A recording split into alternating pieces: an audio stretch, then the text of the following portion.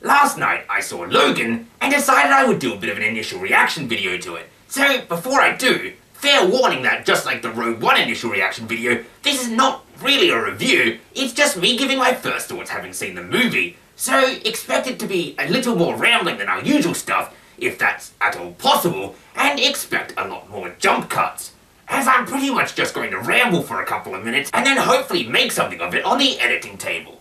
And also, while I'm not going to be going out of my way to spoil it, I'm not going to be really avoiding spoilers, so if you don't want spoilers, this is your warning that there will probably be some. So, Logan, the latest installment in the X-Men franchise, but not really, but sort of, but kind of not. It's kind of a standalone movie, but sort of requires you to have some knowledge of the X-Men series. It's a little bit hard to place.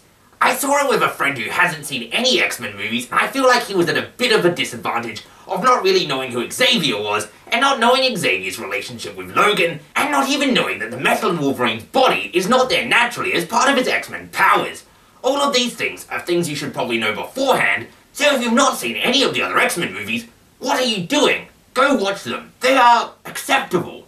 But is this X-Men movie acceptable? Yes, very, and in my opinion, it's probably the best movie in the X-Men franchise. I have been recently seeing a lot of people taking it further than that, and saying it's the best superhero movie ever made, which it may well be, but it also very much may not be. It really kind of depends on what your current favourite superhero film is. If it's currently Avengers because of the cartoony, upbeat comic book action in the film, then this movie is probably not going to be your favourite superhero film.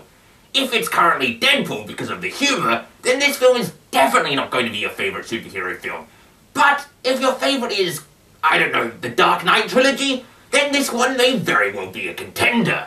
And that really brings us to the crux of the film. Everyone who's ever been asking for a dark, gritty superhero movie, this is definitely the film for you. It really doesn't get much darker, and it really doesn't get much grittier. The movie is set in the not post-apocalyptic future of 2029, which, while it's not the apocalypse, is definitely not a nice place to be.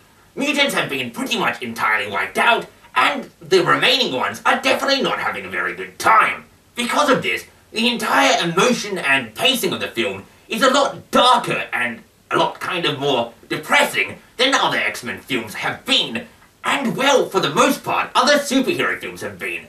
I can't really think of a more solemn movie. The film is definitely not a barrel of laughs, and it's definitely not light-hearted. But does that make it a bad film?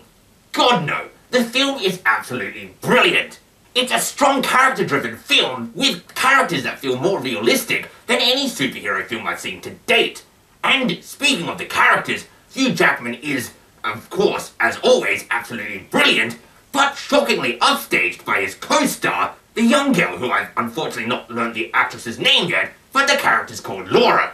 If you were shocked by the young girl in Kick-Ass dropping the C-bomb and cutting people's arms off, then this film takes it to another level that will probably make your jaw drop off.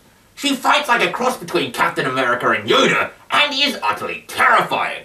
And speaking of fighting, the fight scenes in this movie are probably also the best fight scenes I've seen in any superhero movie, and if not, definitely the most gory. This is probably the most gory film I've seen in a very long time, if not ever, and it certainly feels like the creators saw Deadpool, thought, I didn't know we were allowed to do that, and then went and ramped it up to about 10 levels higher. So you're going to see arms cut off, Wolverine's knife hand stabbed through people's heads, lots of violence, lots of gore, heads being blown open, probably disembowelment. It's pretty full on, so don't go see it on a full stomach. Overall, it's an absolutely fantastic superhero film, and for those who aren't wanting to see it because they don't like X-Men movies, or they're not that into superhero movies, you should see it anyway, because it doesn't really feel like a superhero movie, and it definitely doesn't feel like an X-Men movie.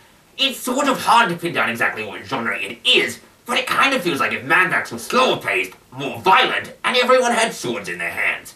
And if you are seeing it because you're a huge fan of the X-Men movies, be warned that it is very different than any X-Men movie that's out yet, but you'll probably still enjoy it for the level of respect and love they gave to the character of Wolverine. It's definitely the most different superhero film I've seen in a very long time, and it will be interesting what influence it has over the overall genre.